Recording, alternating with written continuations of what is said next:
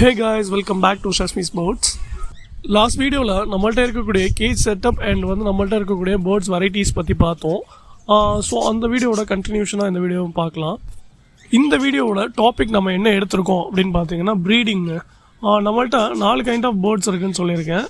அதில் பார்த்தீங்கன்னா number 1 பஜ்ஜீஸ், second one பார்த்தீங்கன்னா காக்கடைல்ஸ் இருக்குது, அண்ட் தேர்ட் ஒன் பார்த்தீங்கன்னா ஆஃப்ரிக்கன் லவ் பேர்ட் இருக்குது, ஃபோர்த் ஒன் பார்த்தீங்கன்னா ஃபின்ச்சஸ் இருக்குங்க.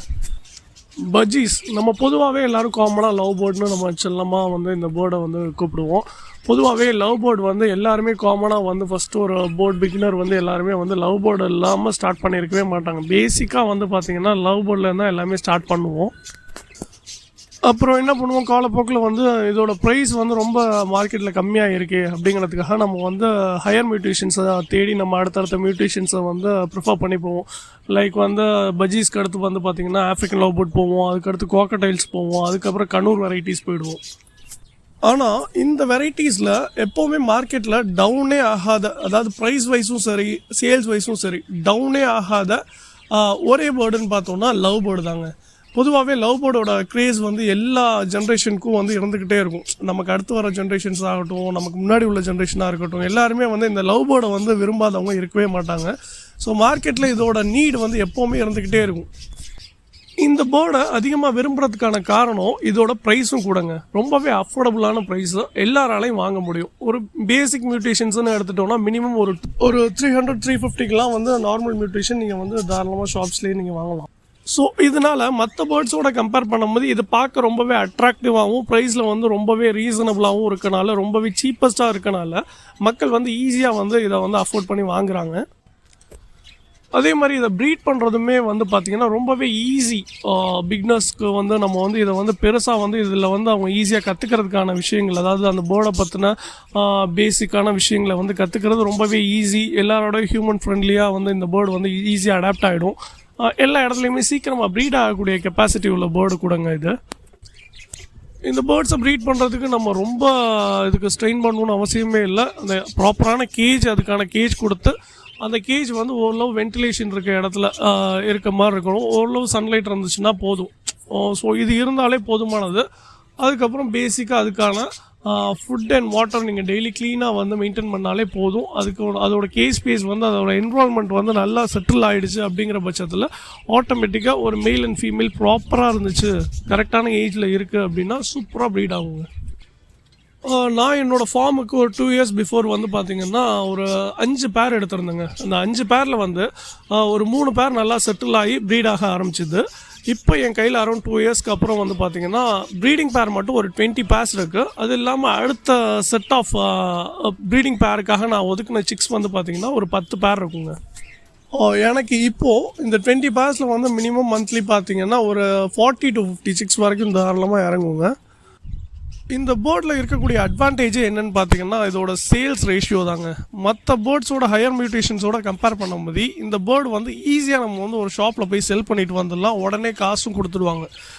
ஏன்னா மற்ற பேர்ட்ஸ் எல்லாம் பார்த்திங்கன்னா அதோட ப்ரைஸ் ரேஞ்ச் ஆகட்டும், அதோட கிளைமேட் இஷ்யூனால டெத் ரேஷியோ ஆகட்டும், இந்த மாதிரி விஷயத்துக்காக ஷாப்கீப்பர்ஸ் ரொம்பவே யோசிச்சு தான் வாங்குவாங்க. சம்டைம்ஸ் பேர்ட்ஸை வச்சுட்டு போங்க, நான் செல் ஆனதுக்கப்புறம் பே பண்ணுறேன் அப்படிங்கிற மாதிரி கூட ஒரு சில இடத்துல சொல்லுவாங்க.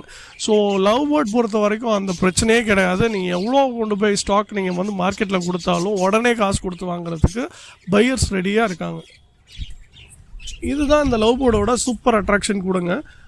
ஏன்னா பொதுவாகவே ஒரு சின்னதாக ஒரு வீட்டில் ஒரு பேர்டு வச்சு நம்ம வளர்த்தாலுமே அதுக்குன்னு ஒரு சின்ன ஒரு மெயின்டெனன்ஸ் காஸ்ட் இருக்கும். அதோட ஃபுட் காஸ்ட் ஆகட்டும், அதோட தேவைகளுக்கான மினிமம் லைக் அதோட ஃபீடிங்க்கான மெட்டீரியல்ஸ் ஆகட்டும், அது இல்லாமல் அது ப்ரீட் பண்ண வைக்க போகிறோம் அப்படின்னா அதுக்கான ப்ரீடிங் மெட்டீரியல்ஸ் ஆகட்டும், எல்லாத்துக்குமே ஒரு சின்ன சின்ன மினிமல் ஒரு மெயின்டெனன்ஸ் காஸ்ட்டுன்னு ஒன்று இருக்கும். நம்ம ஹாபியாக பண்ணாலுமே நம்ம ரெகுலராக இதுக்காக இன்வெஸ்ட் பண்ணிக்கிட்டே இருக்க முடியாது.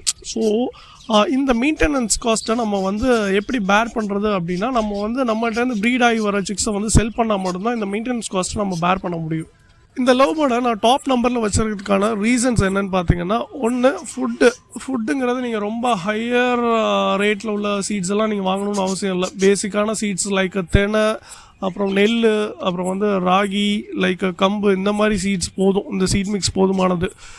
ஸோ இந்த சீட் மிக்ஸ் இல்லாமல் நம்ம நேச்சுரலாக கீரை வெஜ்ஜீஸ், அதுக்கப்புறம் வந்து பார்த்திங்கன்னா நம்ம கார்ன் சோளக்கதிர் கொடுப்போம். அது இல்லாமல் வந்து பார்த்திங்கன்னா பச்சை பயிறு கொண்டைக்கடலை இந்த மாதிரி ஐட்டம்ஸ் எல்லாமே கொடுப்போம். ஸோ இதெல்லாம் வந்து காமனாக நம்ம எல்லாத்துக்குமே கொடுக்குறது தான். ஸோ வந்து காஸ்ட் வைஸ் பார்த்தோன்னா ரொம்ப காஸ்ட்லியான சீட்ஸ்லாம் வந்து நம்ம மெயின்டைன் பண்ணணும்னு அவசியமே இல்லை.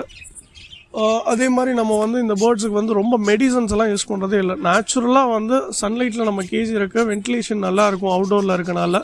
ஸோ எனக்கு வந்து டிசீஸ் அப்படிங்கிறது வந்து ரொம்பவே ரேஷியோ கணக்கு பண்ணோன்னா ஒரு 99% வந்து எனக்கு வந்து டெத் ரேஷியோ ரொம்ப கம்மி டிசீஸ் வைஸாக சொல்ல போனால்.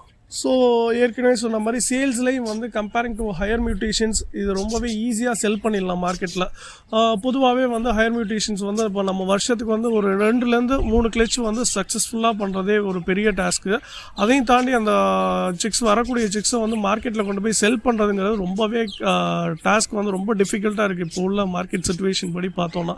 ஏன்னா நம்ம வாங்கும் போதே நம்ம போர்டோட காஸ்ட்டு ஒரு டாப் ரேஞ்சில் இருந்த போர்டு இப்போ வந்து ரேட் வந்து ரொம்ப டவுன் ஆகிடுச்சு. இப்போ லைக் வந்து ஒரு 4000 ரூபாய்க்கு ஒரு சிங்கிள் பேர்ட் வாங்கின இடத்துல இப்போ அதோட ரேட் வந்து ஒரு 2000 ரூபா தான் இப்போ மார்க்கெட்டில் போயிட்டுருக்கு.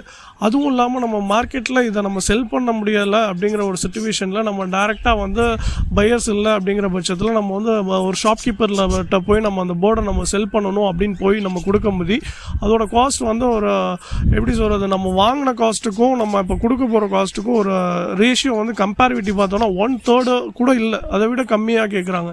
லைக் வந்து ஒரு 800,000க்கு நம்ம அதை விற்கிறதே ஒரு பெரிய டாஸ்காக இருக்குது. இதுவே லவ் பேர்ட்னு எடுத்துக்கிட்டிங்கன்னா வருஷத்துக்கு மினிமம் வந்து ஒரு 6-7 கிளச் வந்து தாராளமாக எடுக்கலாங்க. எந்த மெடிசனும் தேவையில்லை, எந்த மெயின்டெனன்ஸும் தேவையில்லை, ப்ராப்பர் ஃபுட்டு அதுக்கான கால்சியம் மட்டும் மெயின்டைன் பண்ணால் போதும். அது பாட்டுக்கு அதோட வேலையை பார்த்துக்கிட்டே இருக்கும். ஸோ உங்களையும் ஹாப்பியாக வச்சுருக்கும், அதுவும் ஹாப்பியாக இருக்கும்.